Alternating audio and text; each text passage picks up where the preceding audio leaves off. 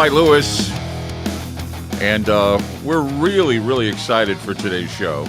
Another, reason why I'm excited is because the guest I have on the program tonight has done his best to contribute to making Portland weird, and he does it when he appears at Reed College every year. Reed College, he does a lot of music lectures, and he takes us back, tripping through time, through songs that most people don't get a chance to hear on the radio or anywhere else. And he speaks for himself. Let's just hit it. Here we go.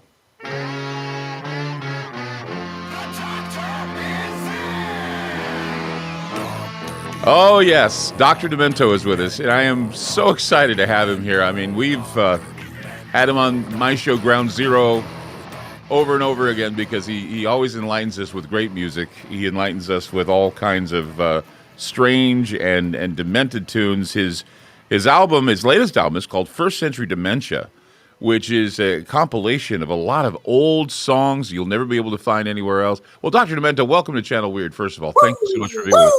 Whoa! Wind up your TV or your computer or whatever you're listening on. Dr. Demento, thank you. Thank you so much. Good to see you again. Good to How see long you has it this been? morning. We haven't seen each other for 2 years. It's been Right. 2 years. It's too long. Thanks to that nasty COVID. Yeah, it's horrible. I mean, every year you come to Reed College and you do music seminars, and it goes to show you, when you do your music seminars, I'm always immediately astounded at the collection of music you have. How big is your music collection right now? Oh, it's the quality that counts, not the quantity, but it's well into six figures, 100,000 or 200,000 records, tapes, wire recordings, anything that can hold music. How far back does the collection go? Because I know that the compilation of this latest album, The First Century Dementia, goes all the way back to the 1800s. Do you have anything that goes beyond that? That's one of the oldest records I have. The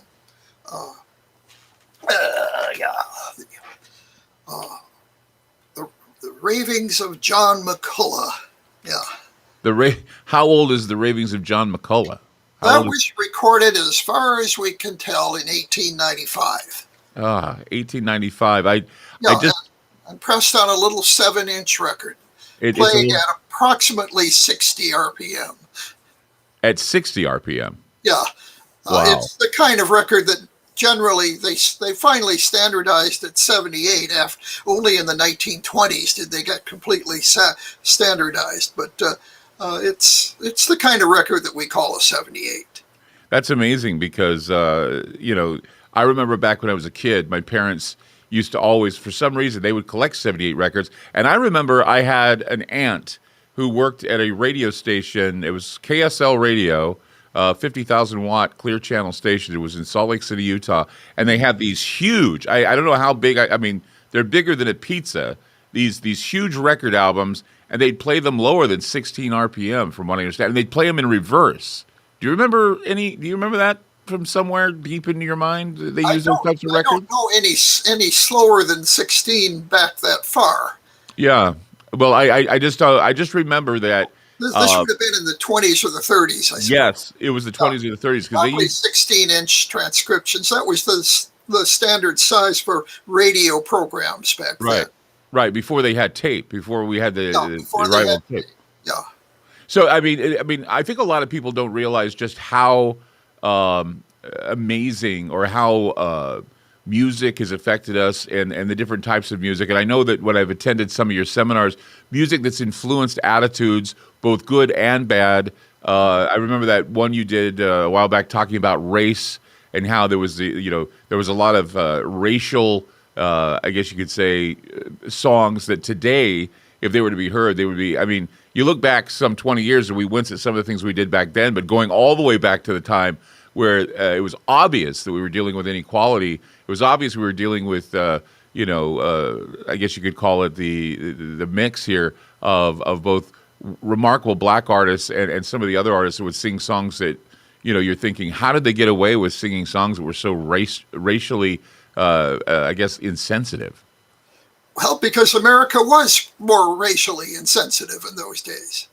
Yeah, I mean, I remember there was a song that I heard one time by Rudy Valley that I listened to, and I couldn't believe that a Rudy Valley song like that would be so popular with people. And you know, and you have a lot of the history of music and how it's evolved over time. And you know, that's why this album is so important and so vital, I think, is because it does go back and span from the 1800s to the 1920s. And what goes into selecting these songs? And I'm sure you have plenty of liner notes on this album. Yes. Yeah. It's here's the CD version, and of course uh, the the vinyl version is the same notes, only bigger. Right. And a few more pictures. Right. Exactly. And you know, you span a lot. I mean, let's give I would like to, you know, hear, or at least hear from you, why certain songs were selected, and tell us a little bit about some of the songs we'd be hearing from. Well, we looked for funny songs whose humor was at least moderately understandable and enjoyable by modern people who did not grow up in the 1930s or even the 20s or even the 1950s or 60s. You know, we wanted things that would appeal to people of all ages, rather than things that depended on intimate knowledge of those times. And of course, we also had to leave out a bunch of the racial humor, right, which is just no longer even passable. You shouldn't even talk about it these days.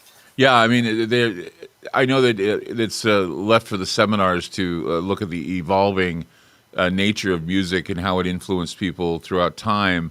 And you know, when we're producing music on record albums in the 1800s, I mean, did they eventually, any of them, get airplay? I mean, did they eventually wind up on the radio? Well, radio didn't really become prominent in American homes until the early 1920s. But before then, radio was used in ship to shore and military communications. But it wasn't till the 20s that you had radio as entertainment with commercials and so on. Right. And most of that was limited to a lot of the radio plays you hear and some of the old classic radio shows you hear. I know I grew up on a lot of those. Those became huge in the late 1920s, and especially in the 30s. You started getting comedy programs and mysteries and war stories and westerns and all kinds of things that were antecedents of the TV shows you have today. There were sitcoms as early as the 1930s. Did a lot of these, I think, first, a lot of these older songs, were they featured in films? Because I know when the talkies, when the talkies first came out, they were simultaneously playing vinyl, or back then I'm sure it wasn't really vinyl, it was the harder discs, and they were playing those and matching and trying to sync it up with the voices in the film, and that's how we got the talkies. Before they developed a sound on film, there was a couple of years when they had to use records of various kinds, which was an imperfect method of syncing it up with a film, because if the record skipped, you're suddenly out to lunch. Yeah, I can't remember. I can't remember what movie I saw where that happened, where they were showing Jolson's Jazz Singer, and somebody wanted to compete with that, and they were doing the movie, and you're right. The record came out of sync. And immediately the movie just was, it looked like, once again, it looked like a Japanese, Godzilla film.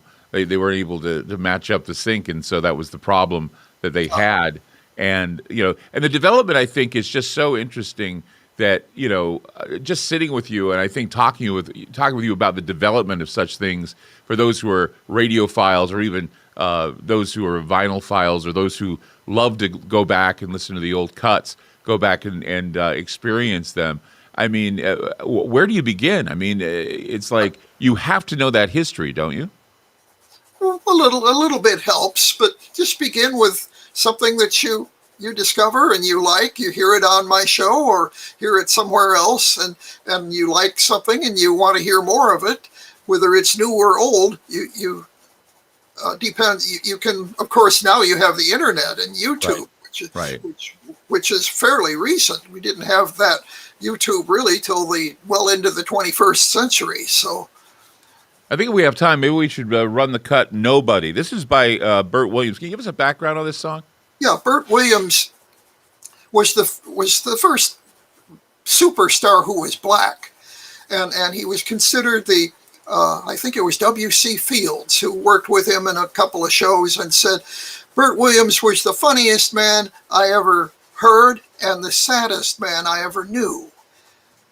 He was a tragic figure in many ways. He died in his 40s. He was pretty young, but he did these great songs, many of which he wrote himself, including this one, Right. Nobody, which is pretty self-explanatory. I don't really have to explain much about Okay. this. So let's play the song "Nobody." This is by Burt Williams with Dr. Demento right here on Channel Weird. Here we go.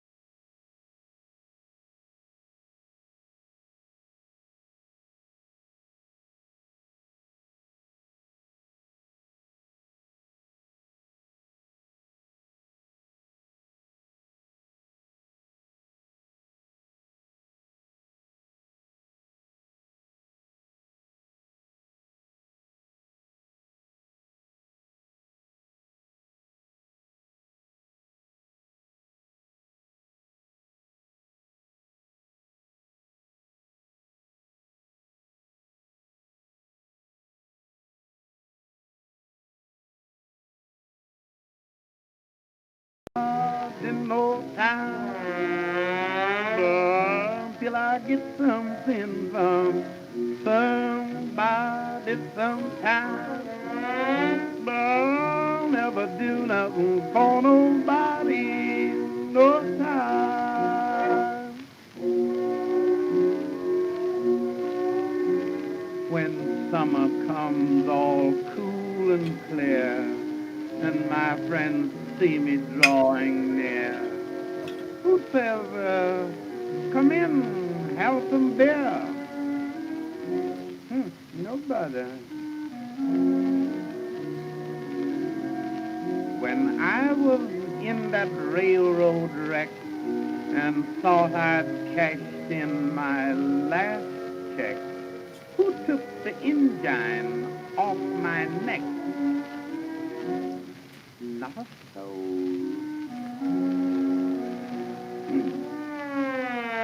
I ain't never done nothing to nobody. I ain't never got nothing from nobody no time. Till I get something from somebody sometime. I never do nothing for nobody no time.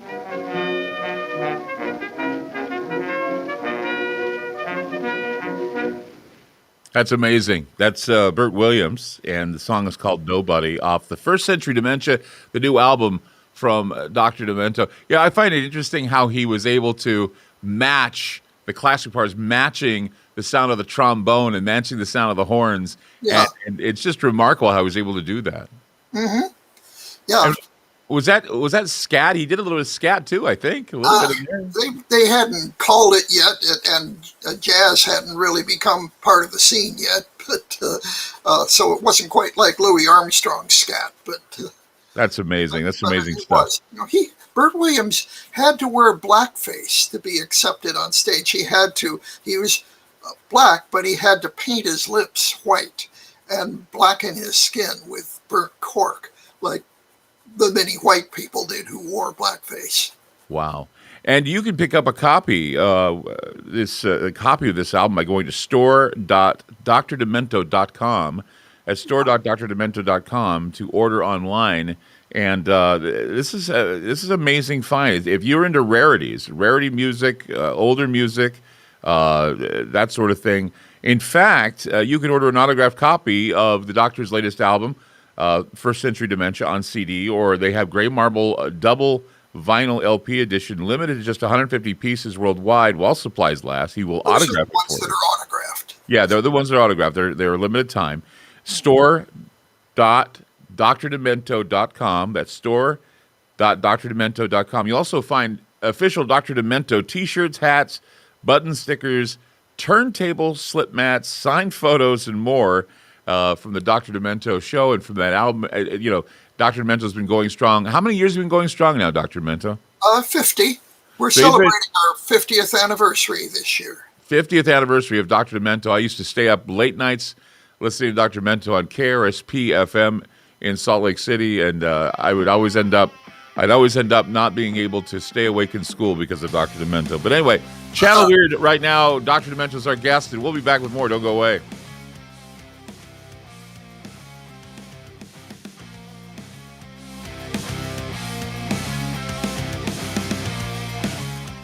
AncientLifeOil.com. That's AncientLifeOil.com. Are you stressed? I mean, who isn't? Anxiety creeping in? No, not that. Is sleep hard to attain because your brain just won't slow down? We're living in crazy times, and the fear knob has been turned up. Okay, there's an answer. Take a big breath, exhale, and go log on to AncientLifeOil.com. CBD, broad and full spectrum, organic and non-GMO CBD for you to enjoy. Change your tune from fear to calm, from brain overload to clear thinking. 0.003 THC on full spectrum and 0% THC on broad spectrum. Competitive pricing with the best quality. Also know everything is going to get better. No worries, be happy. CBD can help calm so your nerves don't think they're a 6-string electric guitar. Enjoy life, smile, and log on to AncientLifeOil.com for great CBD. That's AncientLifeOil.com. You'll be glad you did. Hey guys, it's Clyde Lewis. Have you ever wanted Ground Zero merchandise but didn't know where to go? Well, I want to let you know that we now have our own online store with such items as t-shirts, hoodies, decals, tote bags, and other exclusive specialty apparel. There's a secure and easy-to-use shopping cart for your purchases. Coming soon will be signed posters and coffee mugs available as we are constantly adding new items. So shop today at the official Ground Zero store by going to groundzeromerch.com. That's groundzeromerch.com. Following a disaster, your home emergency kit will be invaluable.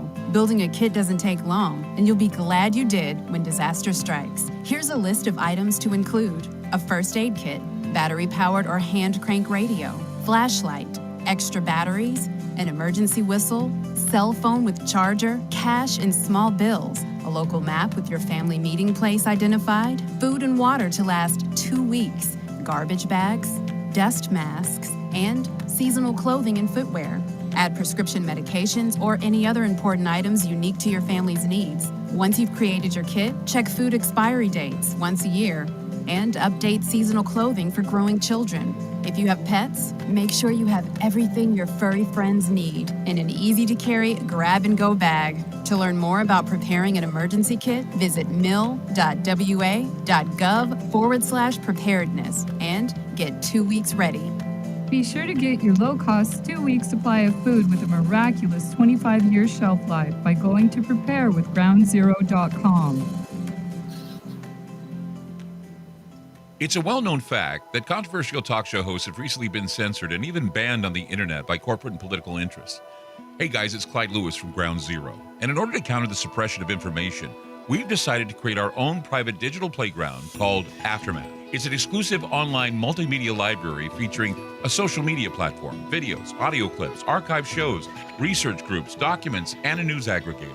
In addition, we're hosting other Ground Zero-friendly podcasts like Conspirafact with Wes and Bill, Into the Microcosm with Jimmy Jean, Parawareness with Mr. Gates and Isaac Weishaupt, Opposing Perspective with James Ponder, The Infinite Fringe with Billy Ray Valentine, and several more shows. Mobile apps for Android and Apple are available too. The monthly subscription for Aftermath is only $10 a month. The yearly special for new subscribers during the month of July is only $79 a month. You save almost $40. Sign up now by going to aftermath.media. Again, that's aftermath.media. It's all over the news, food shortages and scarcity in the supply chain, and the reality is nobody truly knows what might happen in the near future. Hi, I'm Clyde Lewis, and I want to let you know that it's a good idea to plan ahead so you aren't caught off guard. Nothing's more important than having enough food to eat, and we're here to help. We highly recommend My Patriot Supply, America's leading emergency preparedness company. They provide long-term emergency food that lasts up to 25 years in storage. When grocery stores run empty or disasters strike, their foods will be there when you need them most. Act now and secure at least a 4-week emergency food kit full of tasty meals that provide 2,000 calories a day. They have dozens of emergency food storage kits to choose from, along with a variety of other survival products. If the government tells you not to go out, you can have the peace of mind that comes from being prepared. After you order from My Patriot Supply, your food will arrive discreetly at your doorstep. Prepare today, because time is short. Go to preparewithgroundzero.com. That's preparewithgroundzero.com.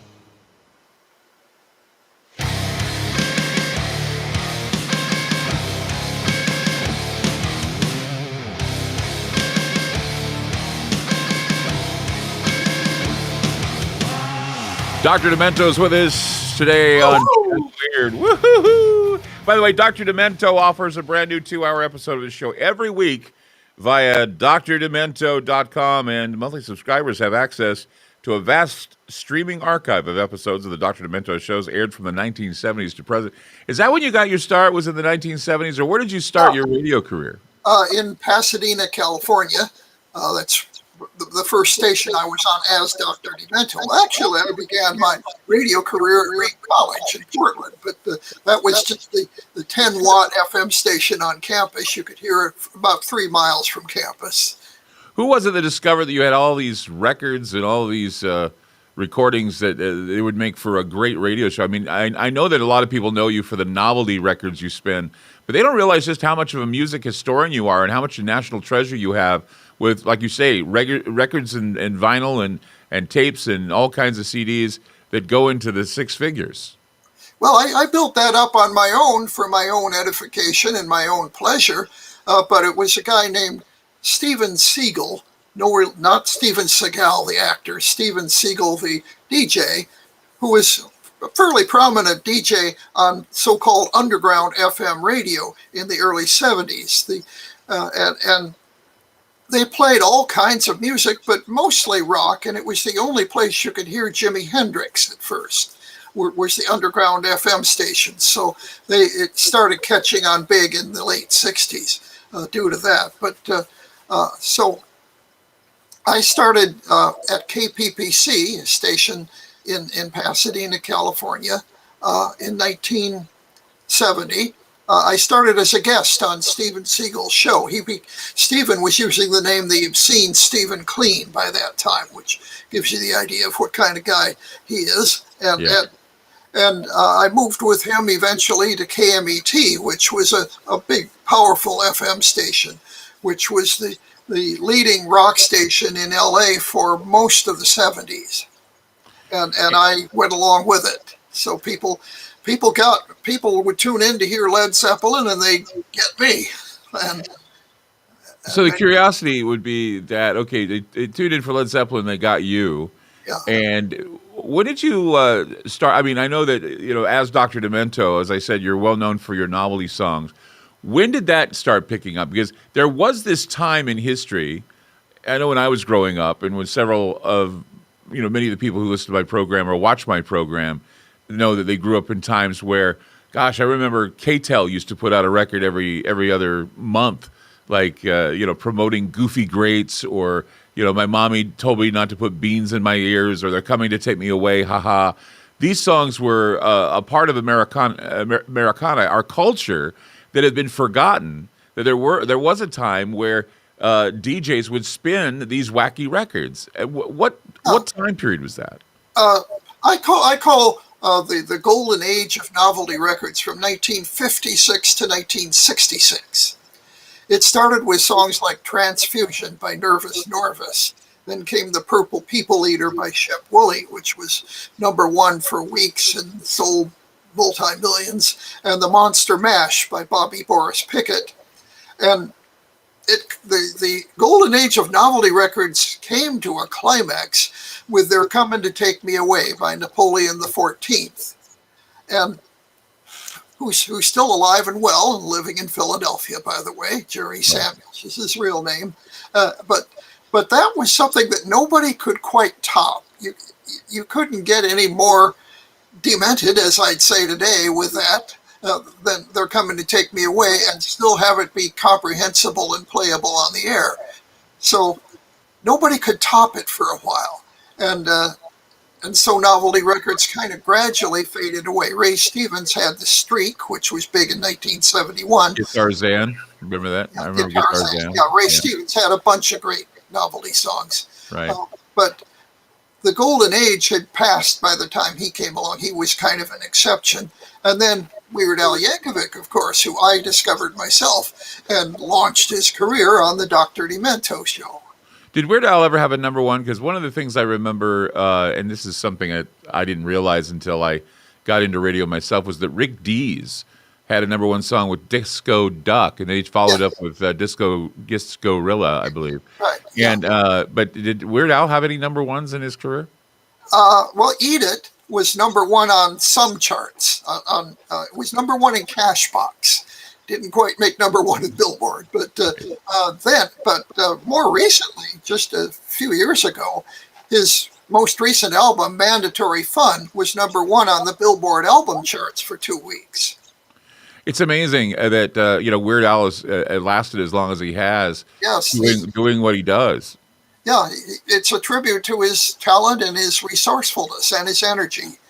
Do you think that maybe with COVID and all the other, I guess you could say dismal things we're bumping into, do you think there'll ever be a time where the idea of a novelty song, making it on, the major radio stations would happen again? Because I know how tightly controlled music is today with the program directors who basically, fill the gaps with a computer. And I was just curious if there was just this upswell of novelty songs, if they would ever make it back again into our radio stations. I'd love to see that. I can't predict when or who is going to happen with it, or who might make it happen. Hopefully, there's another.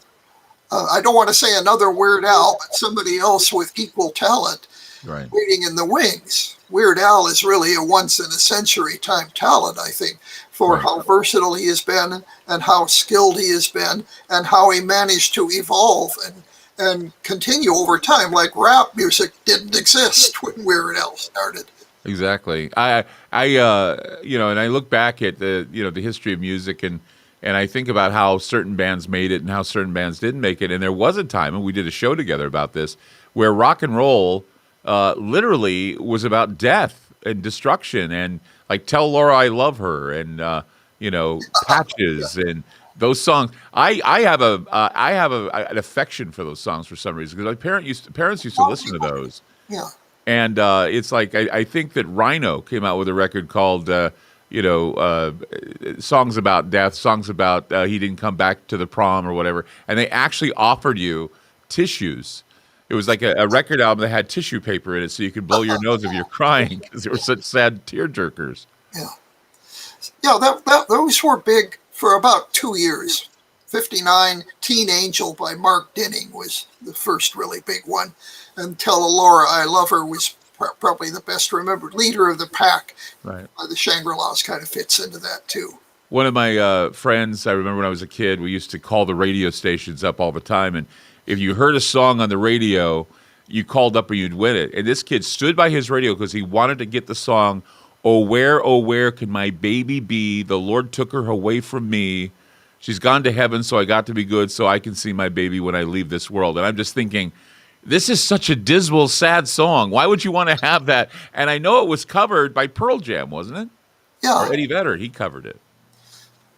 Yeah, well, lots of,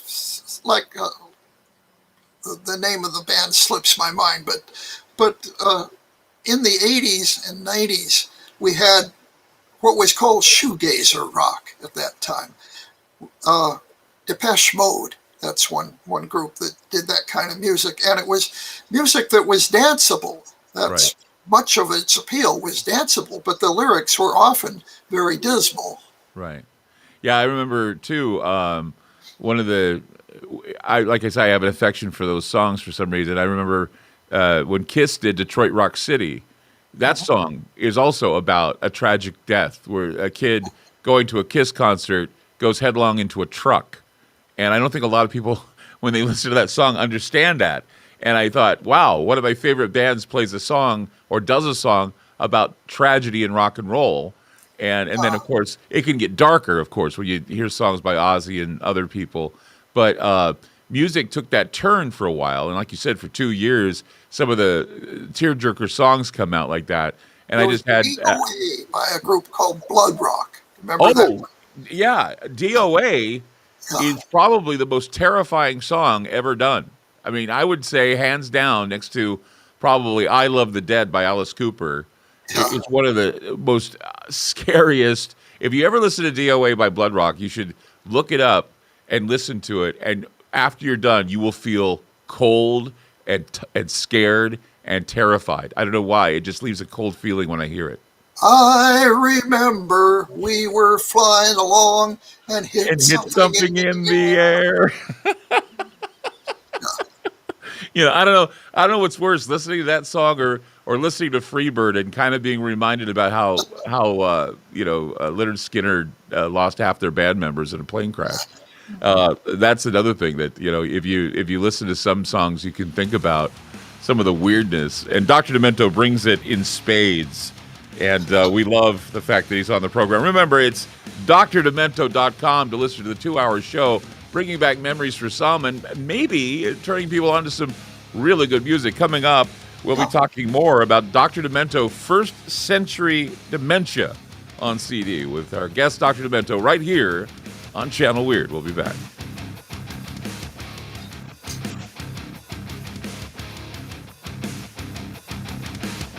AncientLifeOil.com. That's AncientLifeOil.com. Are you stressed? I mean, who isn't? Anxiety creeping in? No, not that. Is sleep hard to attain because your brain just won't slow down? We're living in crazy times, and the fear knob has been turned up. Okay, there's an answer. Take a big breath, exhale, and go log on to AncientLifeOil.com. CBD, broad and full spectrum, organic and non-GMO CBD for you to enjoy. Change your tune from fear to calm, from brain overload to clear thinking. 0.003 THC on full spectrum and 0% THC on broad spectrum. Competitive pricing with the best quality. Also know everything is going to get better. No worries, be happy. CBD can help calm so your nerves don't think they're a 6-string electric guitar. Enjoy life, smile, and log on to AncientLifeOil.com for great CBD. That's AncientLifeOil.com. You'll be glad you did. Hey guys, it's Clyde Lewis. Have you ever wanted Ground Zero merchandise but didn't know where to go? Well, I want to let you know that we now have our own online store with such items as t-shirts, hoodies, decals, tote bags, and other exclusive specialty apparel. There's a secure and easy-to-use shopping cart for your purchases. Coming soon will be signed posters and coffee mugs available as we are constantly adding new items. So shop today at the official Ground Zero store by going to groundzeromerch.com. That's groundzeromerch.com. Following a disaster, your home emergency kit will be invaluable. Building a kit doesn't take long, and you'll be glad you did when disaster strikes. Here's a list of items to include: a first aid kit, battery-powered or hand crank radio, flashlight, extra batteries, an emergency whistle, cell phone with charger, cash and small bills, a local map with your family meeting place identified, food and water to last 2 weeks, garbage bags, dust masks, and seasonal clothing and footwear. Add prescription medications or any other important items unique to your family's needs. Once you've created your kit, check food expiry dates once a year and update seasonal clothing for growing children. If you have pets, make sure you have everything your furry friends need in an easy-to-carry grab-and-go bag. To learn more about preparing an emergency kit, visit mil.wa.gov/preparedness and get 2 weeks ready. Be sure to get your low-cost 2-week supply of food with a miraculous 25-year shelf life by going to preparewithgroundzero.com. It's a well-known fact that controversial talk show hosts have recently been censored and even banned on the internet by corporate and political interests. Hey guys, it's Clyde Lewis from Ground Zero. And in order to counter the suppression of information, we've decided to create our own private digital playground called Aftermath. It's an exclusive online multimedia library featuring a social media platform, videos, audio clips, archive shows, research groups, documents, and a news aggregator. In addition, we're hosting other Ground Zero friendly podcasts like Conspirafact with Wes and Bill, Into the Microcosm with Jimmy Jean, Terror Awareness with Mr. Gates and Isaac Weishaupt, Opposing Perspective with James Ponder, The Infinite Fringe with Billy Ray Valentine, and several more shows. Mobile apps for Android and Apple are available too. The monthly subscription for Aftermath is only $10 a month. The yearly special for new subscribers during the month of July is only $79 a month. You save almost $40. Sign up now by going to aftermath.media. Again, that's aftermath.media. It's all over the news, food shortages and scarcity in the supply chain, and the reality is nobody truly knows what might happen in the near future. Hi, I'm Clyde Lewis, and I want to let you know that it's a good idea to plan ahead so you aren't caught off guard.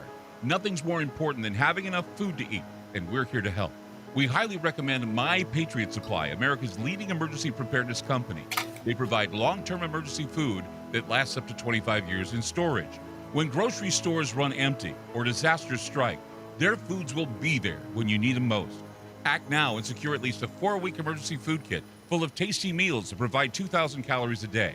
They have dozens of emergency food storage kits to choose from, along with a variety of other survival products. If the government tells you not to go out, you can have the peace of mind that comes from being prepared. After you order from My Patriot Supply, your food will arrive discreetly at your doorstep. Prepare today, because time is short. Go to preparewithgroundzero.com. That's preparewithgroundzero.com.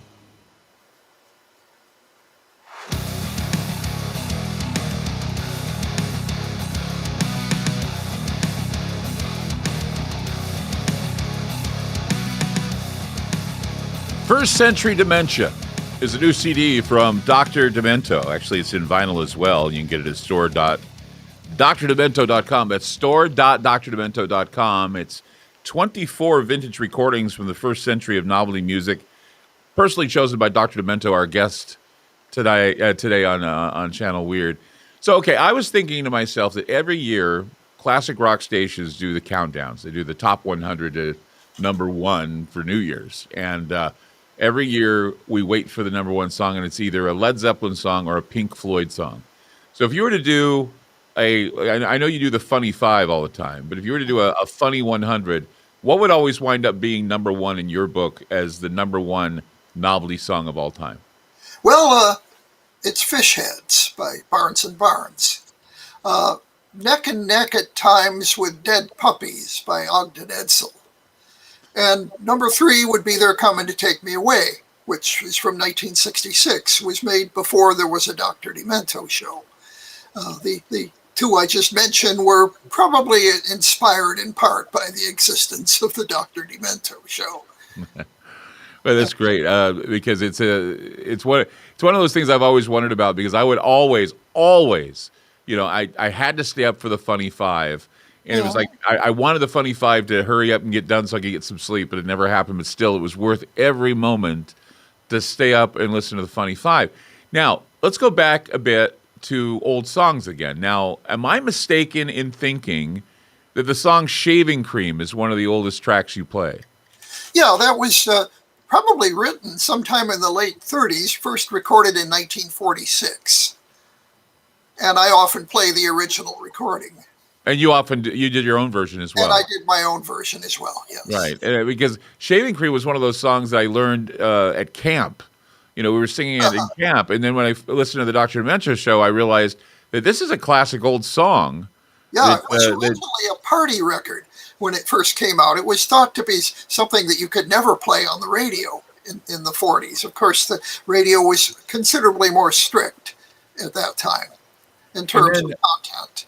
And I've used before Into Fuhrer's Face on some of my montages, and that's Spike Jones. Yes. And, how far back does Spike Jones go? I mean, of course, that's the time of World War II, but that was another favorite of mine, listening to some old Spike Jones music when I was listening to the Dr. Demento show. Can you explain a little bit about Spike Jones?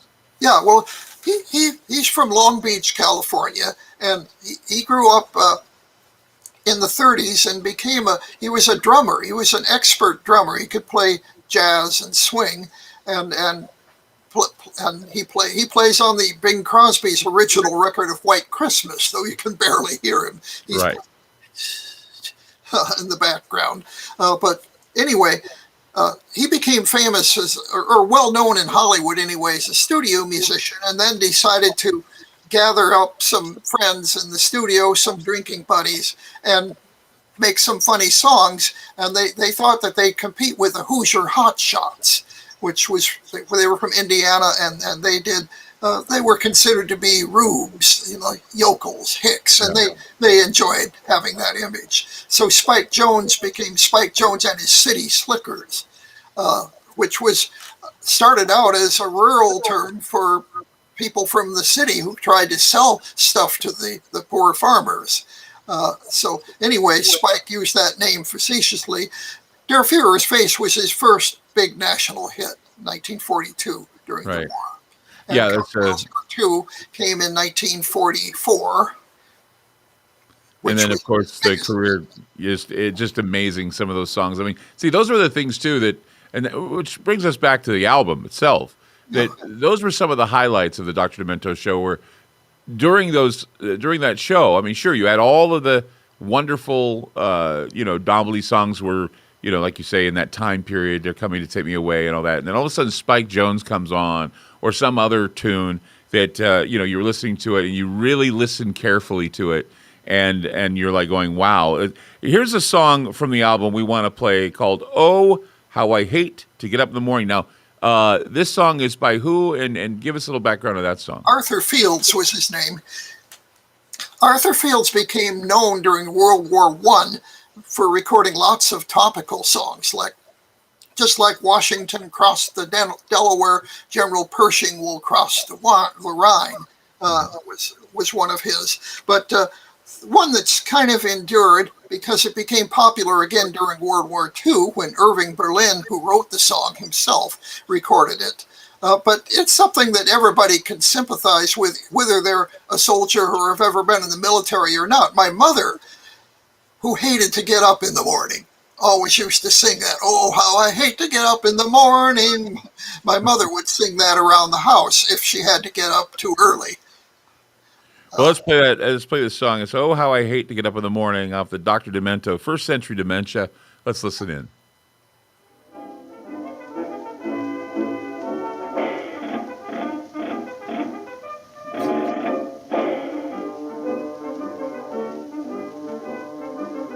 The other day I chanced to meet a soldier friend of mine. He'd been in camp for several weeks and he was looking fine. His muscles had developed and his cheeks were rosy red. I asked him how he liked the life and this is what he said. Oh, how I hate to get up in the morning. Oh, how I'd love to remain in bed. For the hardest blow of all is to hear the bugler call. You've got to get up, you've got to get up, you've got to get up this morning. Someday I'm going to murder the bugler.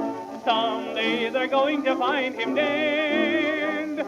I'll amputate his reveille and step upon it heavily and spend the rest of my life in bed. A bugler in the army is the luckiest of men. He wakes the boys at 5 and then goes back to bed again. He doesn't have to blow again until the afternoon. If everything goes well with me, I'll be a bugler soon. Oh, how I hate to get up in the morning. Oh, how I'd love to remain in bed. For the hardest blow of all is to hear the bugler call. You've got to get up, you've got to get up, you've got to get up this morning. Someday I'm going to murder the bugler. Someday they're going to find him dead. I'll amputate his reveille and step upon it heavily and spend the rest of my life in bed. Oh, how I hate to get up in the morning. Oh, how I'd love to remain in bed. For the hardest blow of all is to hear the bugler call. You've got to get up, you've got to get up, you've got to get up this morning. Oh boy, the minute the battle is over. Oh boy, the minute the foe is dead. I'll put my uniform away and move to Philadelphia and spend the rest of my life in bed.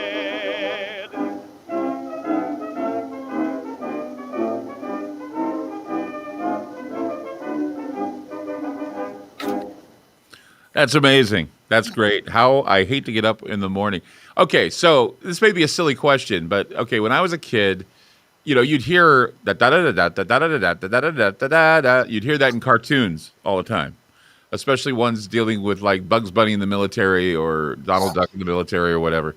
So is that the real lyric? You got to get up. You got to get up. You got to get up this morning. Or was this where it originated? What's that? That's the words Irving Berlin. The tune is from Reveille, the bugle call. Right. Irving Berlin set those words to it. Okay, because I remember too. You're in the army now. You're never behind the plow. You're digging a ditch. You son of a bitch. You're in the army now. And I remember I didn't know the words to that song because I remember a cartoon where they actually beeped out that one part, because they didn't want anybody to, it was the Hayes office wouldn't let them put that on a cartoon. Well, not son of a bitch. No, not at all. But they wouldn't have it in a cartoon. But those are some things that when I was raised as a kid, we took for granted were in the cartoons, but we never knew. I think we never knew the origination of them all. And I think if you wanted to find the actual compilation or the actual music, give it a name, you wouldn't be able to unless you had this album. I mean, you wouldn't be able to know where you could find some of these tracks that we've grown up with, but we've never really been able to put a name on them. Yeah, well, you used to be able to buy records of bugle calls of the military. Yeah, I remember when we first met, we were talking about military songs. We were talking about Sergeant Barry Sadler and the Green Beret song, because I was curious.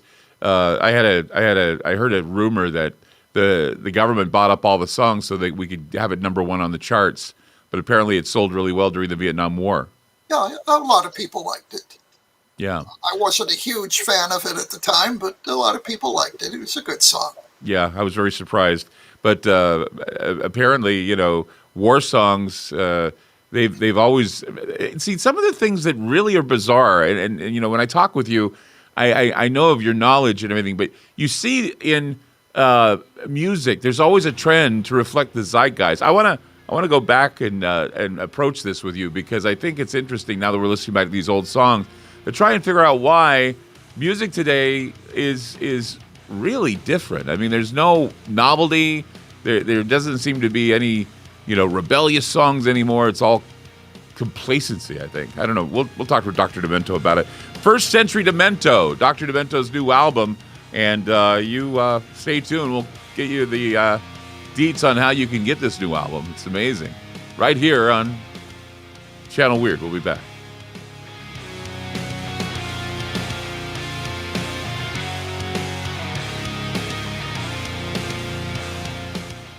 AncientLifeOil.com. That's AncientLifeOil.com. Are you stressed? I mean, who isn't? Anxiety creeping in?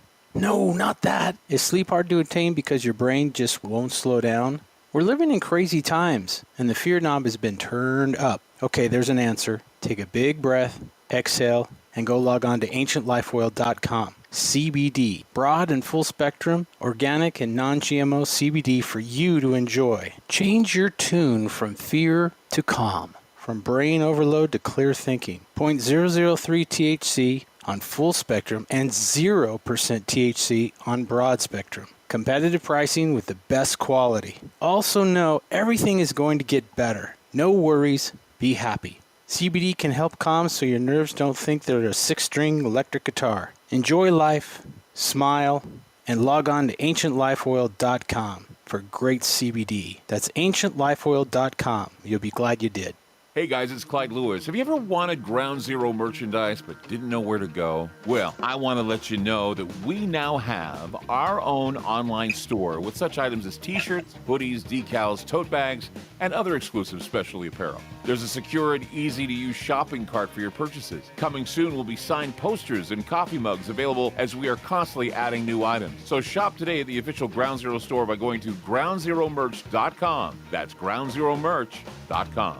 Following a disaster, your home emergency kit will be invaluable. Building a kit doesn't take long, and you'll be glad you did when disaster strikes. Here's a list of items to include: a first aid kit, battery-powered or hand crank radio, flashlight, extra batteries, an emergency whistle, cell phone with charger, cash and small bills, a local map with your family meeting place identified, food and water to last 2 weeks, garbage bags, dust masks, and seasonal clothing and footwear. Add prescription medications or any other important items unique to your family's needs. Once you've created your kit, check food expiry dates once a year and update seasonal clothing for growing children. If you have pets, make sure you have everything your furry friends need in an easy-to-carry grab-and-go bag. To learn more about preparing an emergency kit, visit mil.wa.gov/preparedness and get 2 weeks ready. Be sure to get your low-cost 2-week supply of food with a miraculous 25-year shelf life by going to preparewithgroundzero.com. It's a well-known fact that controversial talk show hosts have recently been censored and even banned on the internet by corporate and political interests. Hey guys, it's Clyde Lewis from Ground Zero. And in order to counter the suppression of information, we've decided to create our own private digital playground called Aftermath. It's an exclusive online multimedia library featuring a social media platform, videos, audio clips, archive shows, research groups, documents, and a news aggregator. In addition, we're hosting other Ground Zero-friendly podcasts like Conspirafact with Wes and Bill, Into the Microcosm with Jimmy Jean, Para-Awareness with Mr. Gates and Isaac Weishaupt, Opposing Perspective with James Ponder, The Infinite Fringe with Billy Ray Valentine, and several more shows. Mobile apps for Android and Apple are available too. The monthly subscription for Aftermath is only $10 a month. The yearly special for new subscribers during the month of July is only $79 a month. You save almost $40. Sign up now by going to aftermath.media. Again, that's aftermath.media. It's all over the news, food shortages and scarcity in the supply chain, and the reality is nobody truly knows what might happen in the near future. Hi, I'm Clyde Lewis, and I want to let you know that it's a good idea to plan ahead so you aren't caught off guard. Nothing's more important than having enough food to eat, and we're here to help. We highly recommend My Patriot Supply, America's leading emergency preparedness company. They provide long-term emergency food that lasts up to 25 years in storage. When grocery stores run empty or disasters strike, their foods will be there when you need them most. Act now and secure at least a 4-week emergency food kit full of tasty meals that provide 2,000 calories a day. They have dozens of emergency food storage kits to choose from, along with a variety of other survival products. If the government tells you not to go out, you can have the peace of mind that comes from being prepared. After you order from My Patriot Supply, your food will arrive discreetly at your doorstep. Prepare today, because time is short. Go to preparewithgroundzero.com. That's preparewithgroundzero.com.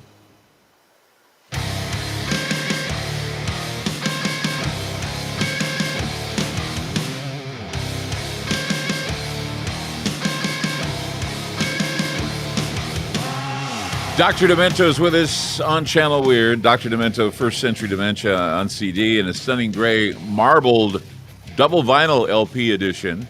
Limited to just 150 pieces worldwide while supplies last. You can get exclusively at store.drdemento.com. The autographed album is limited to 150 pieces, so you got to get that today by going to store.drdemento.com.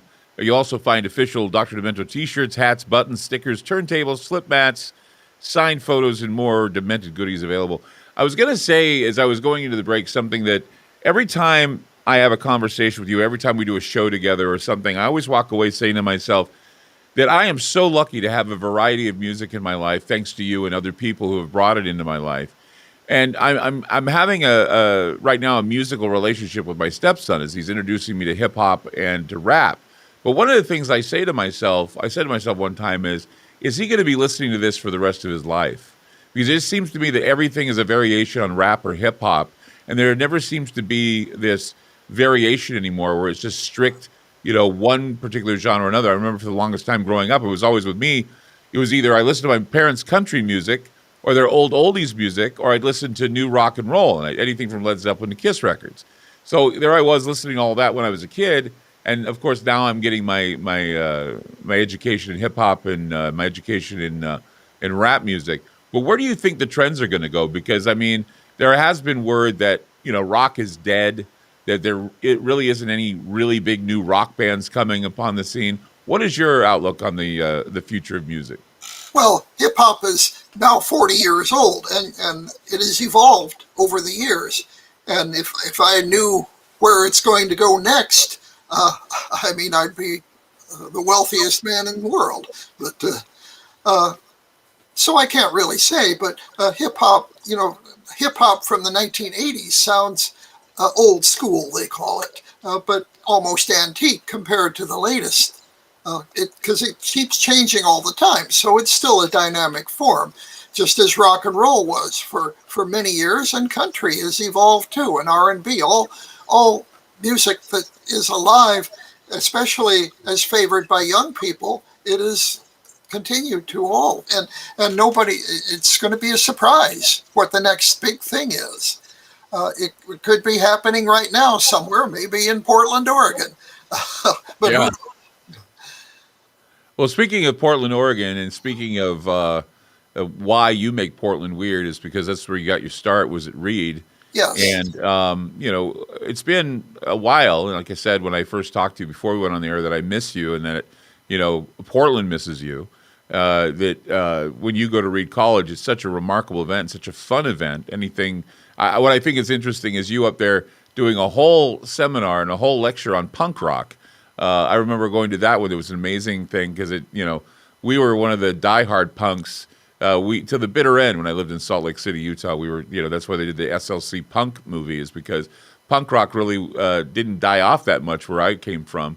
But having it come back in such a way with you talking about it, and of course you did some golden oldies and all kinds of great stuff. I mean, really golden oldies. So when and how are we going to be able to capture those lectures again? Are you doing virtually, or are you going to come back to Reed eventually? I hope to come back to Reed eventually. They have reunions, which are only for college graduates, but we have Paideia every January, and hopefully we'll have it live and in color and in person next January. So, and I hope to be there.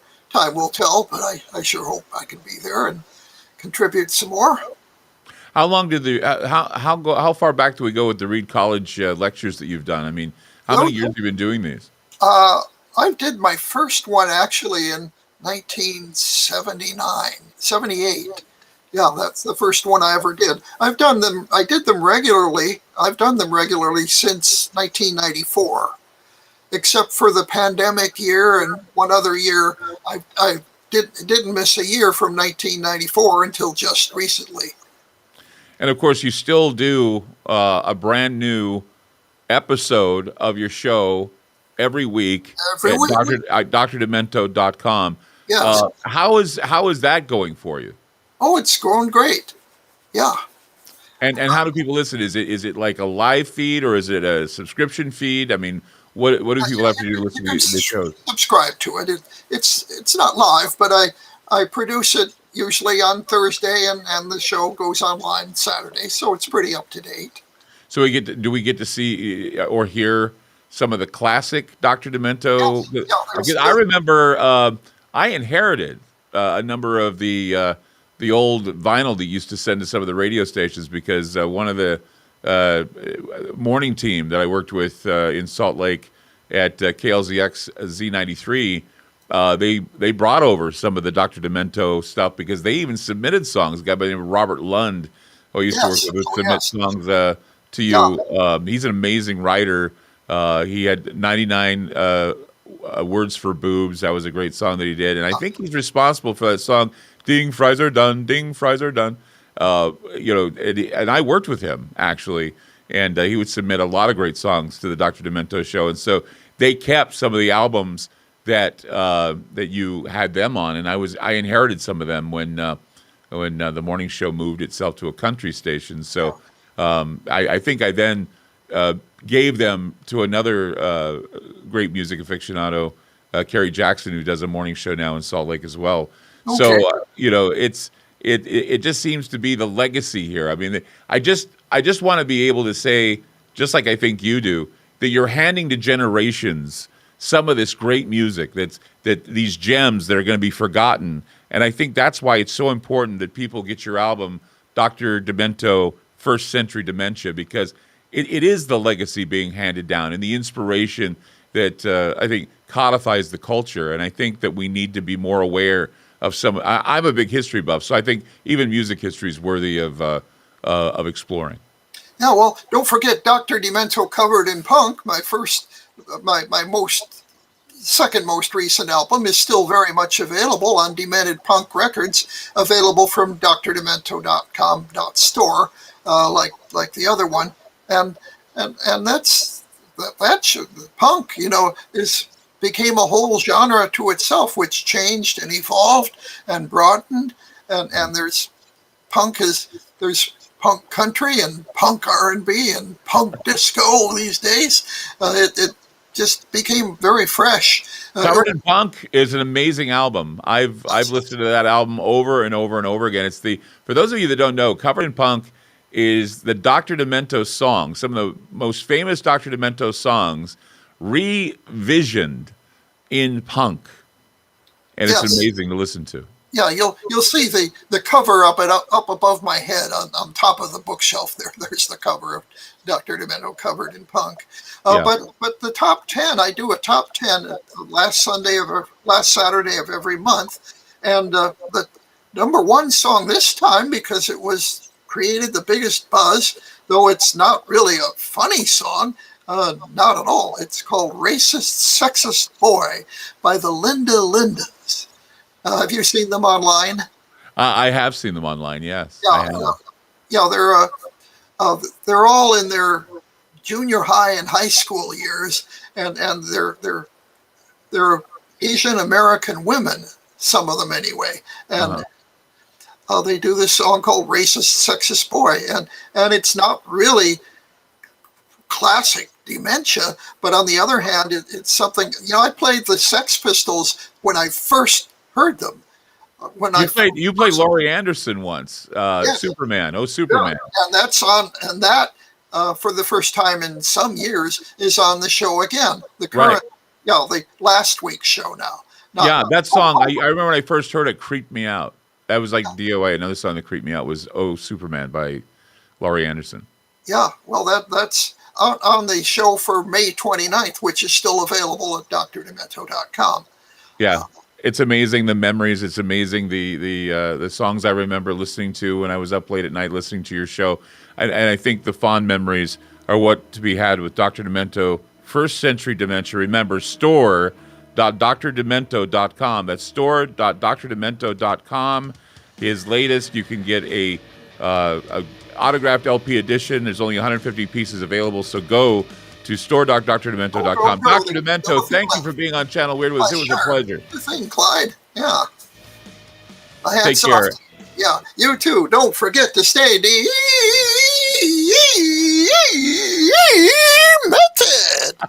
Thanks, Dr. Demento.